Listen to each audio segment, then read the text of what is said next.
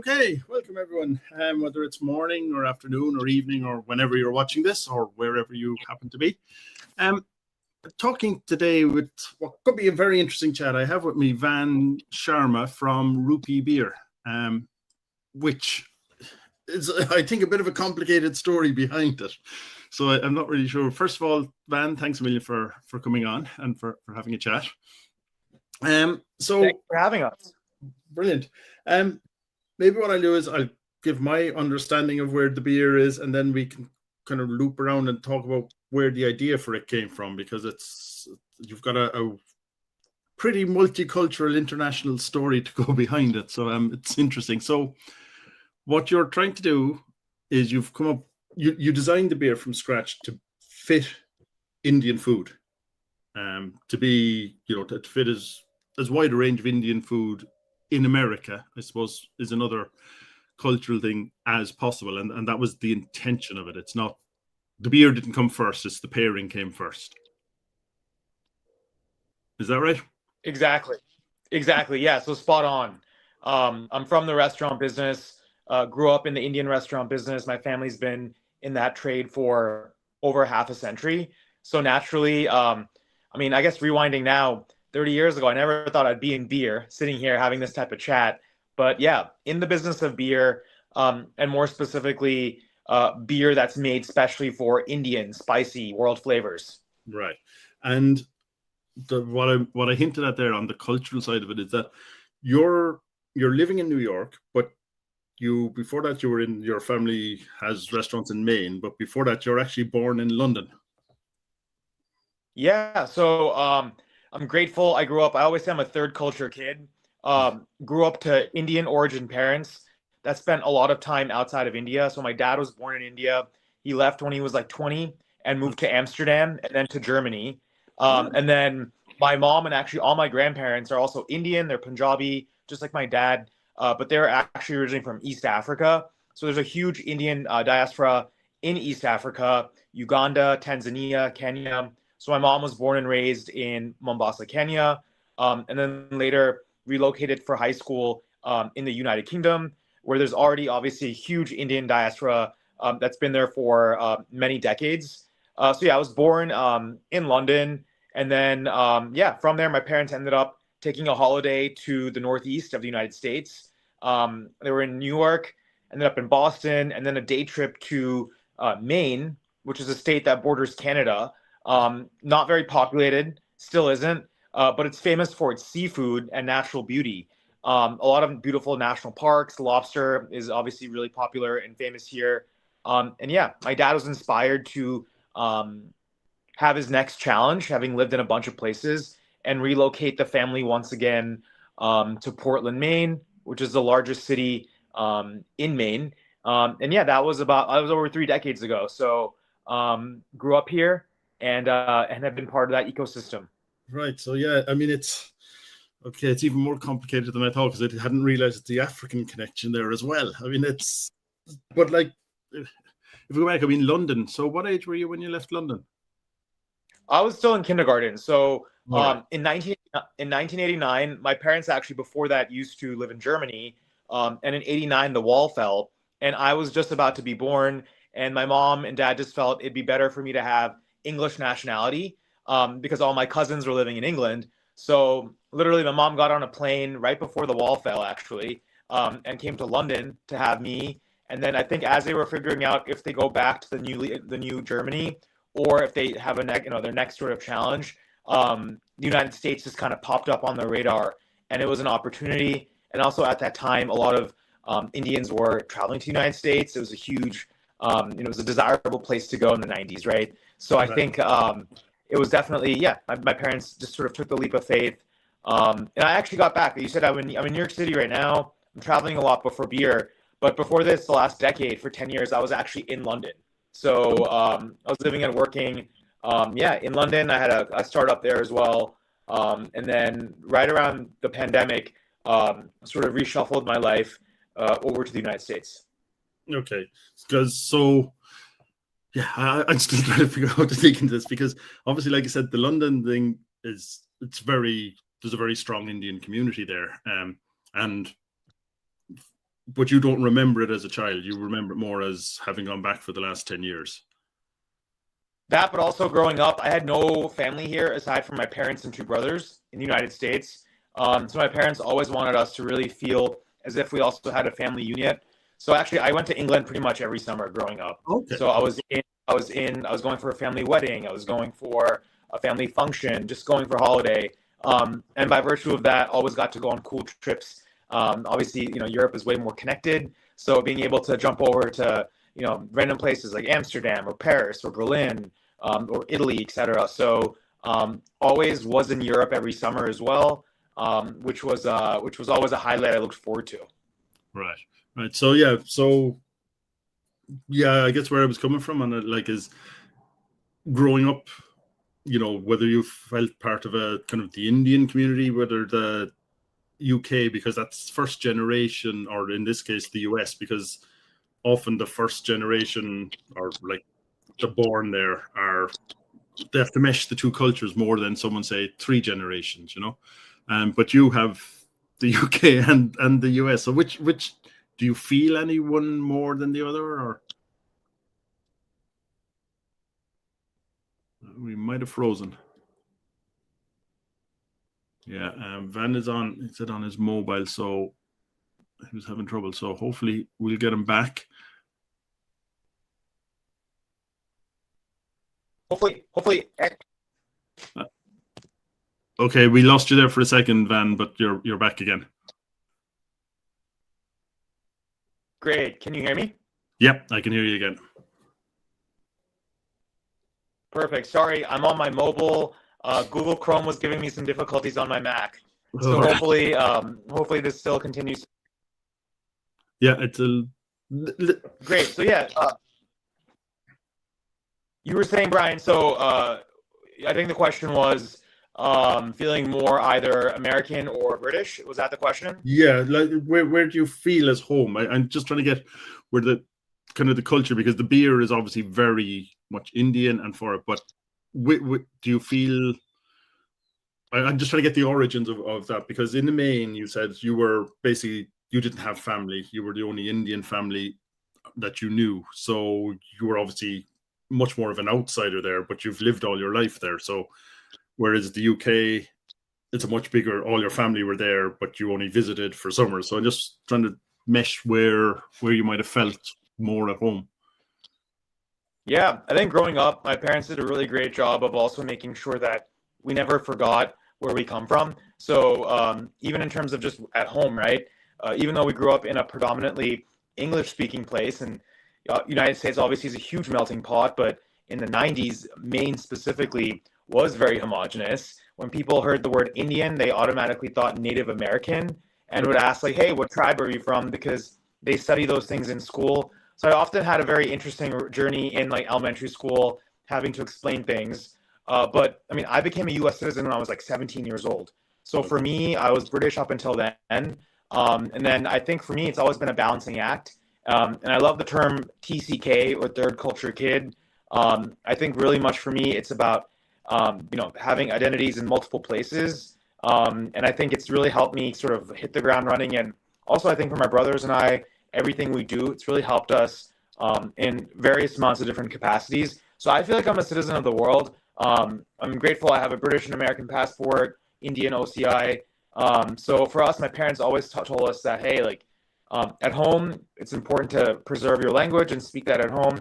You're free to speak any other language outside of the house. But in that sense, really making sure that we don't forget our origin story, but also we're able to really, hit the ground running and, create new connections with people and integrate here in the United States. So yeah, I think it's a hodgepodge of 3 different identities together.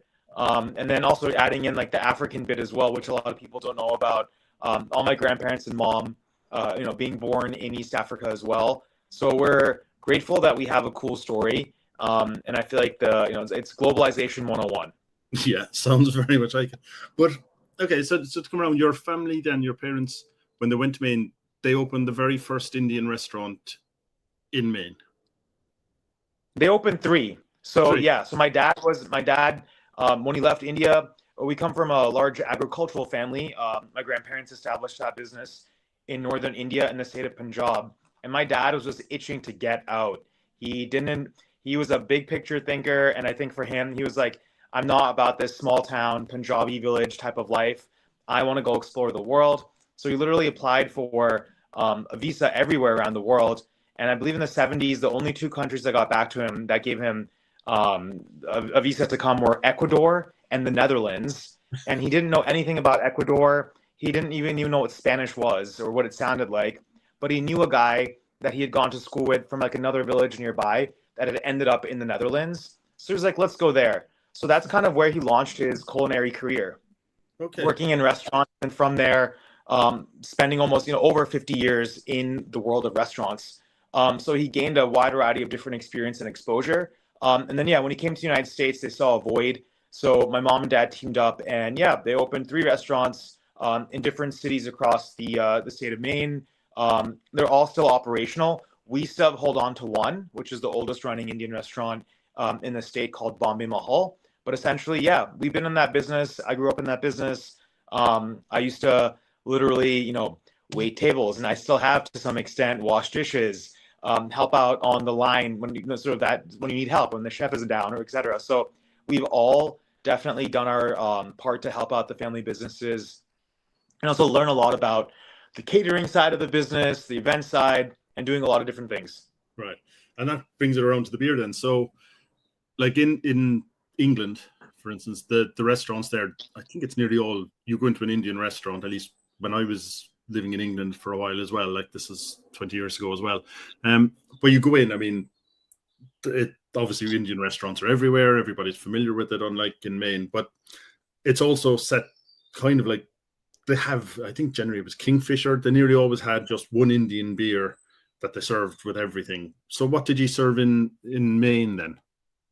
Yeah, so I guess another interesting nuance to the story, and part of the story, is that in the 90s, a lot of these larger beer distributors didn't carry international brands. More specifically, for a market like Maine, obviously, these shipping containers are coming into larger US cities like New York or Boston, and then being driven up in different routes. In the 90s, that was not a profitable route for them to deliver a very niche SKU or a niche product to a very desolate, very homogenous part of the country. So those things were just often ignored. So you really were only set up with things like Heineken or Bud Light or some of the Coronas and Mexican beers. Fast forward, slowly that appetite had changed, and more brands and restaurants opened up. Thai beer like Singha, other Asian competitors came in, a lot of Japanese restaurants, Sapporo. So naturally, distributors and their portfolios became more diverse. And in that, also Taj Mahal, Kingfisher, 2 products of United Breweries in India came on board as well. So we've always had those beers that we served. And then I mentioned I was in England and I came back during COVID. Didn't really have much going on. So by virtue of just wanting to stay busy, and my dad asked me, my brother and I, and my partner, Sumit, who used to also live in Australia, that came back at the same time I did, started helping out more with the family businesses. And we noticed the same problem where because of COVID, all these large shipping containers weren't shipping product to the United States. So you have all these legacy customers that have been dining with us for over 3 decades, who also want to support, right? During COVID in the United States, the American consumer really did support and show up for small businesses. Okay. They were doing takeout, anything possible to support restaurants that have been around for decades. So we're grateful for that. And from that also, like, hey, do you guys have takeout beer to go? Can I get a Taj Mahal? Can I get a Kingfisher? And we just didn't have product. We were stocking a lot of local microbreweries, et cetera, but we just couldn't get any beers. And naturally, being the entrepreneurs that we are and wanting to solve a problem, we looked at that and kind of just got strategic. And we knew that we didn't come from a traditional brewing background. However, we have loads and loads of startup experience and experience in scaling businesses. So we looked around the world, and we knew that we had to bring in a resource that could really help us in bringing the credibility and the knowledge to the brewing side, the science side. So we spoke to various brewers around the world, in Europe, in Asia, in Canada, and locally ended up finding a great gold mine of a resource in the United States. In the media, he's often dubbed as the Johnny Appleseed of craft brewing. He's actually British, and he lives in the United States. and he's launched 80 plus international craft beer brands. So in that sense, he knew exactly what we were hoping to do. He was also a customer of our parents' restaurants as well, which was pretty cool as well to see. So the stars aligned, and one thing led to another, and we wanted to come up with a recipe that really also pays homage to our origin from the restaurant business. Coming up with a beer that's actually made for Indian spicy food. And we're grateful. It's gone from a small little concept or pilot thing that we wanted to do where we would have it on draft at our restaurant to now we're grateful it's growing and it's gone into a much larger, bigger picture, vision that continues to grow. Right. Yeah, that brings me. I mean, I've spoken to a lot of people in the beer industry. I was going to say brewers, but it's not just brewers, because what I've found is that I guess you could broadly split people into two. There's the home brewers who just love the home brewing, but maybe the business side of it, they just wanted to brew more and just keep brewing. But then there's the people who came from the business side, and it sounds like that's what you're more doing.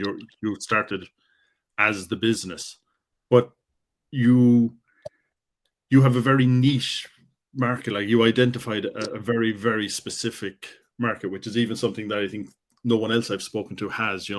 Generally it's just, we're looking for a business, and we'll do it in brewing. But you knew your market beforehand. That kind of is quite unusual, I think. Yeah, I think we were using what was in front of us, right? So I always say this, and when you reflect back as well, growing up in Maine, also, I wasn't really proud of the fact that I grew up in the Indian restaurant trade. By virtue of my friends in school, all their parents were either doctors or lawyers or executives at companies or in sales, right? They had engineers, etc. So, and then when they'd ask me, like, I was all the only person of color, but on top of that, my parents own Indian restaurants. So I feel like I had to do a lot of like buffing and trying to make it look cool and interesting, right? Because at that time also there wasn't much knowledge on Indian food in this part of the world. So in that sense, now fast forward, I'm grateful there is a little bit more appetite and awareness for people know what chicken tikka masala is. They know what a samosa is. Those things weren't really that normal or popular in the 90s, early 90s, late 80s.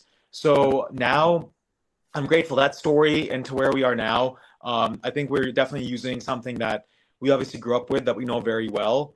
And putting our twist on it through the beverage lens, through beer. So yeah, I always also say it's not just about beer. It's also about helping amplify, the voice of India as well in different things. Everything we do, we really try to make sure that we're doing a good job on making the culture look extremely, sort of presentable. And we want to do a really good job to also show a story, tell a story. The can often, a lot of people say it's history in a can because there's some really great origin story of the actual rupee and how that was founded. So we're also part of something larger than just beer. Beer is our mechanism and our mission through liquid. But for us, it's also about telling a story and being able to, make the Indian voice and the Indian brands shine in a different way. Right. Yeah. Just comment there. I think, am I right? Tikka masala was actually invented in England, wasn't it? Didn't the guy in Scotland? Yeah, Scotland. So yeah, I think more obscure. Yeah, no, super interesting. I think in India they've always had like murg makhani or butter chicken, and I think the concept has slowly sort of changed over time. And yeah, it was invented in Scotland. Only recently, the founder actually of chicken tikka masala, the BBC reported on this, passed away. So it was a big news story. I remember that. Yeah. So that's it's interesting how even in the UK, right, unofficial or official national dish is chicken tikka masala. So as you mentioned as well, obviously England has a huge legacy and connection with the curry house. I think there's dime a dozen. I think most per square capita outside of India. So the British consumer is obviously extremely knowledgeable on South Asian Indian flavors. They've grown up with it. You go to any supermarket or grocery store, there's aisles devoted specifically to Indian and South Asian products. The United States is now kind of seeing that. It's been a little bit of a flip-flop. And I've said this before, what Indian food is to the UK, Mexican food is to America. So now the Indian, we're definitely seeing more appetite with an emergence of fast casual Indian concepts arising in the United States and just restaurants in general and just more knowledge, right? So which kind of goes into the other bit, which is the spicy angle. We do really well with Thai restaurants, Mexican restaurants, Middle Eastern. So it's interesting. It's not just about exclusively, though we are very Indian in nature in our branding and our name. It also is a beer that pairs exceptionally well with world flavors. We were just named best beer for world food. So if you're out having Thai, Indian, Mexican, whatever it is, something exotic, it's a really great accompaniment beer. And the story behind the brewing and science as well, so that it's designed to really complement those flavors. You're not going to be burping as much and have indigestion when you're having something super robust or flavorful. And also, if you're having something super spicy, as Indians love spicy food, in other parts of the world as well, one of the absolute worst things you can do is, if your tongue is on fire, take a highly carbonated beverage, i.e. a beer, and pair those two things together. Your tongue is actually going to become more irritated and uncomfortable when carbonation hits it if it's on fire. So yeah, we looked at all those things, and that was kind of part of this problem as well, saying we want to bring a beer to market that, if we're out with our friends for a curry on a Friday night, and then we want to go to a bar or a club after, that you're not going to feel that uncomfortable, full feeling, super gassy. No one wants to feel like that, right? So that's not fun. So we also told our internet, our brewmaster, that those. Oh, we lost you. Sorry about this, people. It's on a mobile, so it just it'll cut once or twice, but hopefully we'll have him. Yeah, you're back again. Okay, right. Yeah. No. Can you hear me? Perfect again. Oh, perfect. Audio came back refreshed. Cool. Sorry about that. Okay, so we were just you were just saying, like, the design behind the beer, the carbonation, so that you're not feeling bloated and all that. So I guess that let's talk about the beer. So, or sorry, if I can just go back one other step. So do you notice, like, this is designed for Indian restaurants, as you said, which are only now becoming, like in the last 10 years, started becoming popular in the US. So is there a difference in the kind of taste that people like in the US versus the UK, or that this would be more specifically for a US market?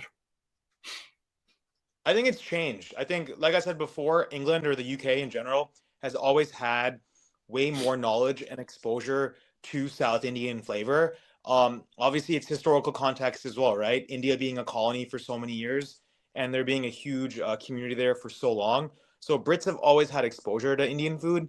I think in the United States, there's been waves. I read a really great article once about, I think it was comparing it to what Japanese food was in the 80s, and then Chinese food, and then Thai food, and now it's the era of Indian. So I think there's really interesting, things in history and sort of the food context of how you see trends happening. I think the American consumer now is definitely more aware of flavors and really seeking out interesting products as well. So I think I would say in general, I think in larger cities, people are going out for Indian food. They have way more knowledge and appetite for it. Mainstream America, smaller pockets of the United States, more rural areas, now solely in my travels as well for beer, when we're going to, up and down the East Coast and going to different places, I'm seeing Indian restaurants in very small, interesting towns that traditionally I don't think would ever happen. So it's really great that slowly there's more of that knowledge. I think there are some things where American consumer could get a little bit more adventurous and diverse in trying different types of flavors and different types of dishes and items with the range that Indian food has today. So I think there's a lot has changed. Also in the UK, things have changed as well. I think there's been a huge wave of Bangladeshi immigrants, which have transpired into the sort of restaurant business as well. So they put their spin on changing modern day curry houses. I used to live on Brick Lane for many years in London, Curry Mile. And obviously every restaurant there is, owned and operated by a Bangladeshi immigrant. So they obviously bring a different style and essence to their culture and cuisine as well. And it comes across in their chefs and dishes as well. So there's different nuances, there's different small things. But overall, I think the Indian cuisine is treading on an upward trajectory in North America. And right now, I know that there's a huge demand. Okay. So the beer itself, then, when you were trying to design it, because the other thing, of course, is when you think Indian food, people automatically think spicy, but it's not all spicy.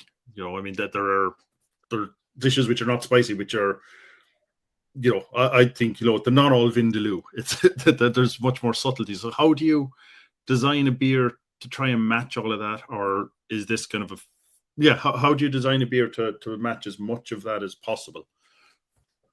Yeah, and to your first point on the spicy bit, yeah, Indian food is not all spicy. I always say Indians love flavor. So even if we go to an Indian family, or me as an Indian consumer goes to an Italian restaurant, I'm looking for flavor. Yeah. So my dad would be one of those things where he'd be asking for hot sauce probably. You go to like a French restaurant, and I'm like, Dad, you can't do that. And this is so embarrassing. The chef sent out the food the way it's supposed to taste, right? Because that's how the palate, and that's how they want it to be presented. But in that sense, I think Indian consumers definitely seek out flavor. So it won't necessarily also be spice, but flavor. They really want robust things that are going to make their senses awaken. So with that, with the beer aspect as well, we sat down and did lots of test trials on really figuring out different types of profiles and styles. We knew obviously that we definitely wanted to make a lager, and from that, more specifically, something very light, smooth, easy to drink, refreshing, but also something that was actually going to complement the food. As mentioned before, the carbonation levels had to be lower. We don't want people having that uncomfortable feeling when they're eating Indian food and pairing two things together that could be really gassy. So really lowering the levels of carbonation to lower the amount that people will burp and have that indigestion when they are enjoying something, but also looking at the science behind the brewing as well, and really figuring out taste profiles, and specifically when your tongue is on fire, what you can do to really alleviate those types of things. So overall, I would say the feedback is that we've come up with a recipe that's really enjoyable year round, and not even with specifically Indian food. We get tons of feedback. We're going into the summer months now. It's a very light, easy to drink summer lager, and you have a lot of people on that are going to the beach and picking up a 4-pack or wherever they are. Very, very, very just saying it's an easy to drink lager that also pairs extremely well with really interesting types of food.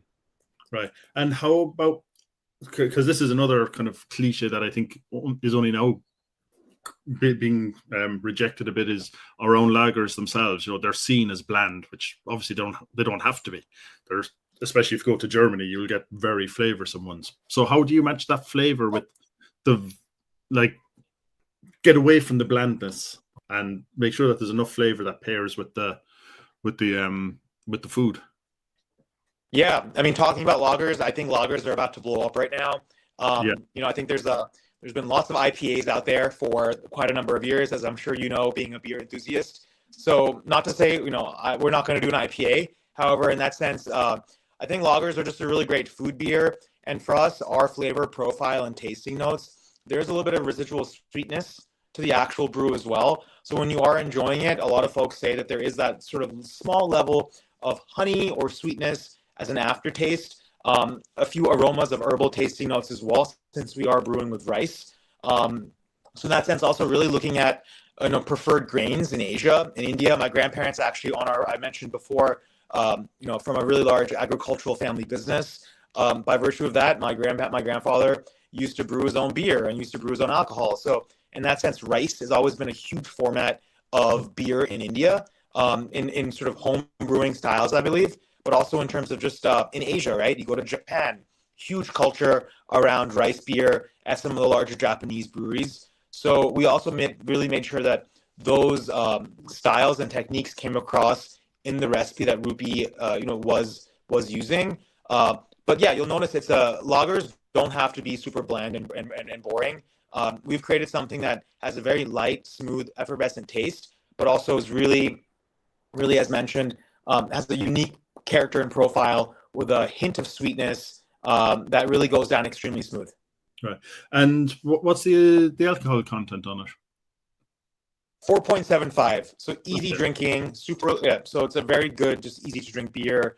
We weren't looking to go, higher on the ABV. For us, we really felt as if to have an easy drinking beer, and more specifically, as now we're in the summer months, drinking something on the beach, wherever you are, it's a nice hot summer day beer as well. And lagers in general have always been the format and style that my brother and I go to if we are, wanting to just kick back and enjoy a good brew. Right.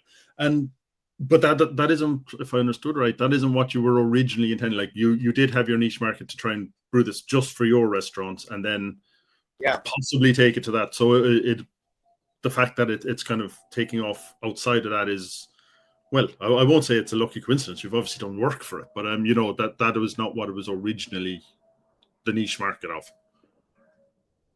I think there's just like this connotation that if you're in the beer industry, you just drink beer all day and you don't really do much, and you kick back and you sample other products and other beers and other breweries. So no, to your point, there is a lot of work that goes on behind the scenes. I'm tired right now. I had to have 2 espressos to wake up. So there's always something going on in beers. I'm sure anyone, and I've seen some of your videos as well. Anyone in the industry that has exposure, they know it's a lot of hard work behind the scenes. To really create a brand and scale it. So yeah, I think for me, I'm also trying to make sure that every day I'm waking up and having fun with it. That's the number one priority as well. Otherwise, we could put on a suit and go work at a corporation. So I think you don't come into the world of beer to think like that. So really trying to have fun with it, and also, yeah, go back to the original mission for us. It's more than just beer. We're on a mission to also showcase Indian culture in a really positive, fun light, in a different capacity. And it's really interesting, especially maybe in America and England. I don't think I got it as much, but I still get lots of comments from people when we're doing various functions or events. They still don't know in India people drink, right? It's a very interesting thing. Like, hey, I thought, is it illegal to drink in India? I didn't realize they had a beer culture. India is now the third largest beer consumer in the world, or alcohol consumer in the world. So there's loads and dime a dozens of really great craft breweries in India. So I think that type of dialogue, when I hear that, that's fascinating, because I can't believe people think that in India they don't drink. So I think for us, we also want to, highlight that there's just a really cool drinking culture emerging in South Asia as well, and something to really be on the lookout for. Yeah, because I've been talking to a few brewers there, and hopefully have a few more coming up. And yeah, I mean, it is a very vibrant brewing scene, not just in India, but like I said, in the whole of Southeast Asia. So let's go back to the culture part. So I mean, the design of the can, like what's behind that? What are you trying to represent, or is it that people will come in and you're obviously not? Sorry, I was going to say and think it's an Indian beer, but you're obviously not hiding the fact. You're not trying to misrepresent the fact that it's brewed in America. But it is an Indian culture. So how are you trying to mesh the two of those on the can, I guess? I think it's a story of also my brother and I, Sumit and myself. I think the can really speaks to looking Indian, right? I can't hide the fact that I don't look Indian. So in that sense, that's me. It's always has been when I was in second grade and third grade. However, operating and being in an environment that is perhaps a little bit more homogenous than what you look like. So for us, when we were designing the can, we wanted to really lead with that and show that Indian culture is extremely versatile, diverse. So for us, it's like I said, history on a can, culture in a can as well. So for us, we really were meticulous with how we wanted it to look, and also feel, but also have a very global presence as well. So for us, it took a lot of time to really get to where we are today with the actual branding. But overall, the name even Rupee, right? The amount of work and focus groups that went into coming up with that concept and name, we wanted to, and I'm always grateful for things working out the way they should. Rupee was actually not the initial first few names that we were hoping to go with. So working with legal and our counsel, it just came down to what was possible and what's not possible. But I'm grateful the name Rupee did work out, and it's cool that it was the name today. So there was a lot of stuff within the brand side that we did to really understand, where we are and what we wanted to convey. But the can and the brand itself, I think, hopefully speaks to, it's an international brand recognized name now, in that sense, where you can go anywhere in the world, and we get some jokes here and there from people with the name in terms of like other things that they might think it's associated with.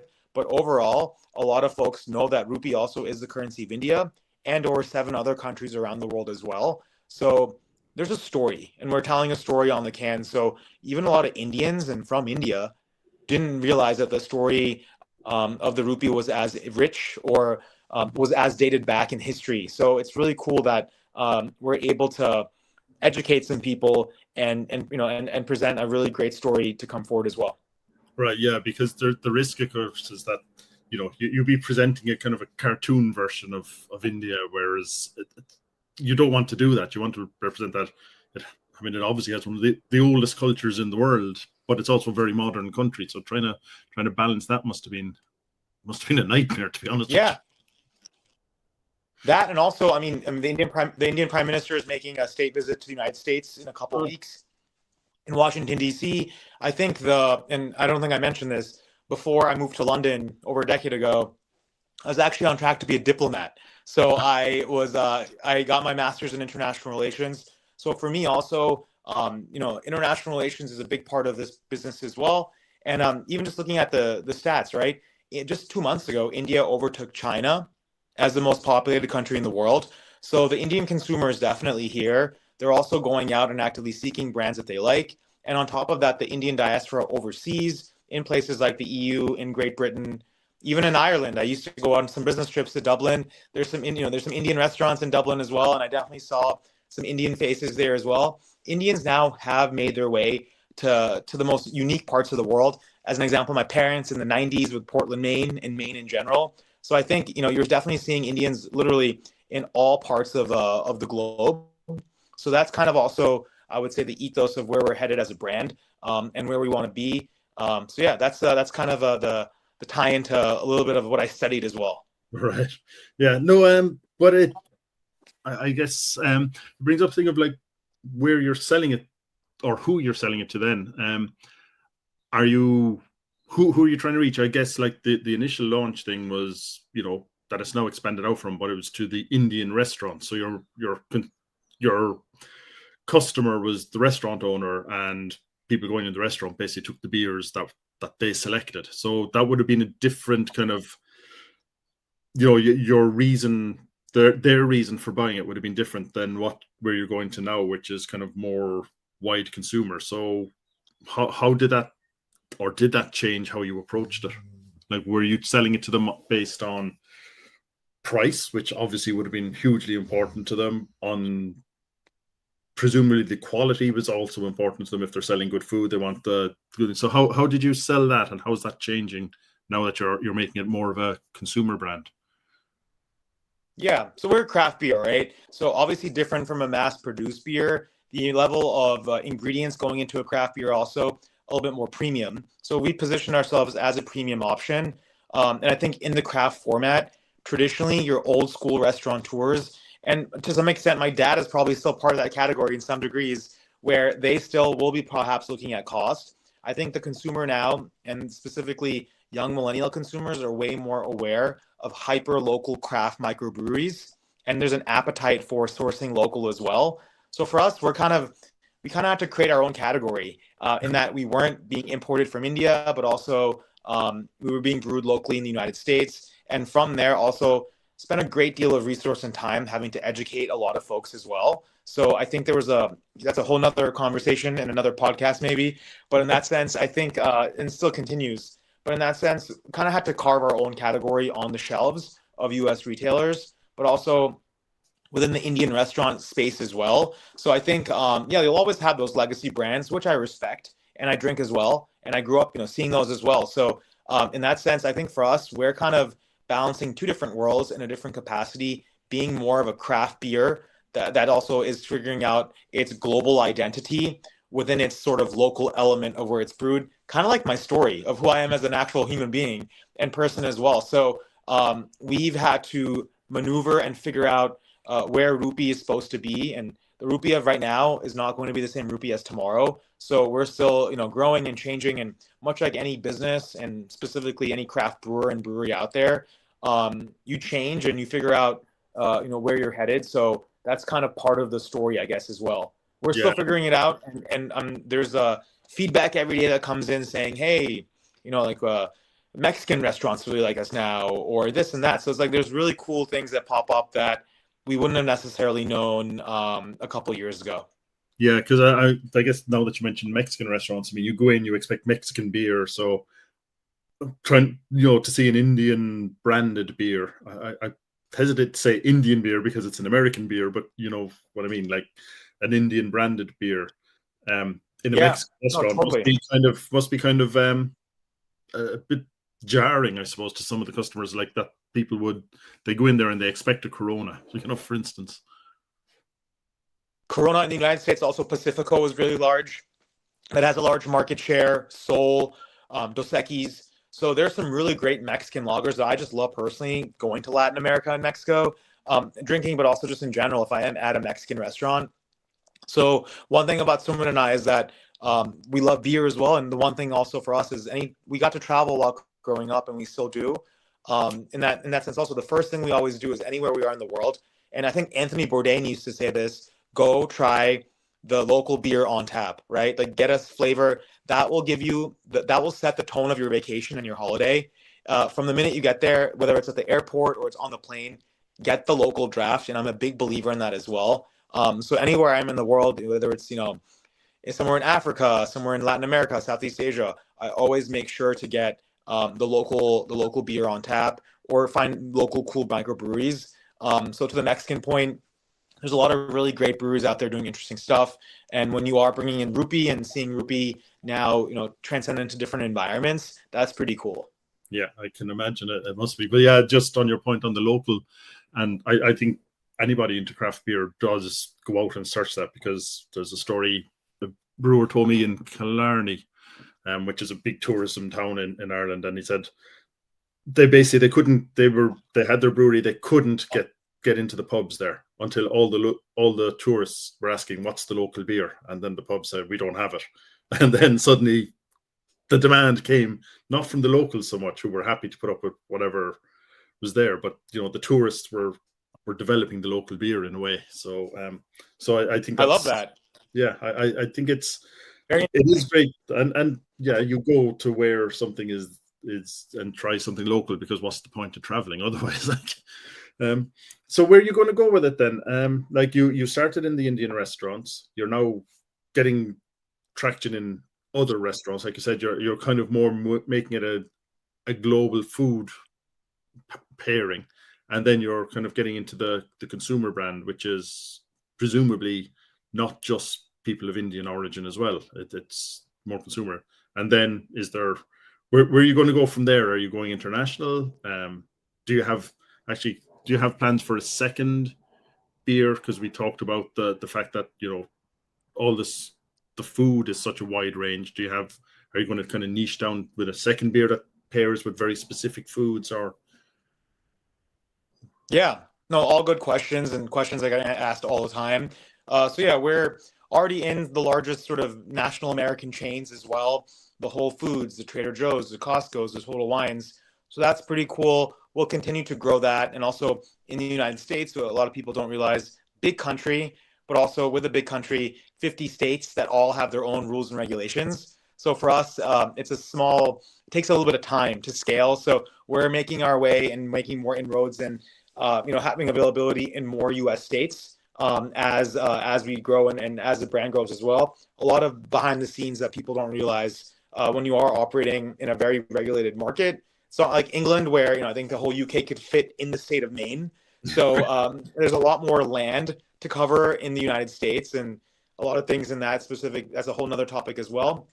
And to your point, yeah, so we'll be coming to new markets soon as well. So laying the foundations for our entry. We're grateful. Our trademark for the UK and European Union was approved, so we'll be coming there soon. Those are conversations we're still having now.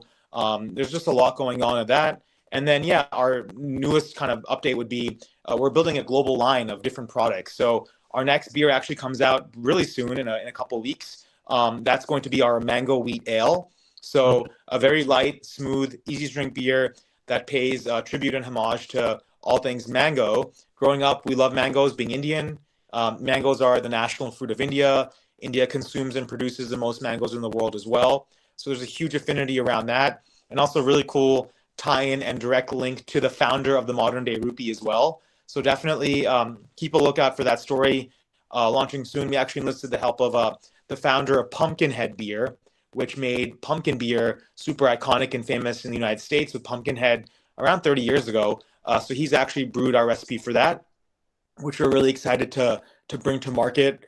And then we have a few other things coming out as well. So we'll have a few different offerings from a craft beer perspective, and all that are still going to have a huge touch point with India. So we're never going to let go of that. That's part of our brand and our identity. So with everything we do, you'll notice a very cool tie-in and story touch to our heritage and culture. Okay, no, it sounds good. So yeah, it sounds very good. I mean, it sounds like you have a lot of work ahead of you, though. Yeah. Oh, still now, always. There's always something to do. Right.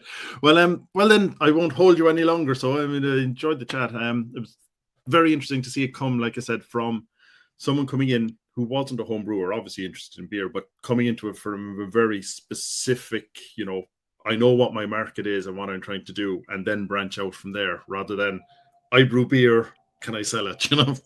It's 100%. a different approach, but yeah, it's very interesting to hear. So just sum up. So where are you available at the moment? We're on primarily the East Coast of the United States. So around 13, 14 different states. We're also, if you go onto our website, rupeebeer.com, you can inquire about specific locations. We're also online as well. So I think we ship direct online to like 40 plus states across the United States. And also, keep a lookout. We're launching in new markets this year as well. So if there's somewhere that you want Rupee Beer to come, please let us know. Okay, well, people, there's a good point to end on. So go and demand it, and go check out an Indian restaurant and demand it in there. It's a good place to test out that pairing that it's designed for. So Van, thanks a million.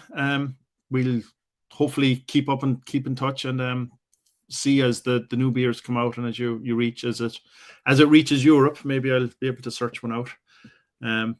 And yeah, that's it. So thanks a million for your time. Thank you so much for having us, and great channel. I watched a bunch of the videos before this, so keep doing this as well. And I just love amplifying the voice of anyone in beer. So thank you.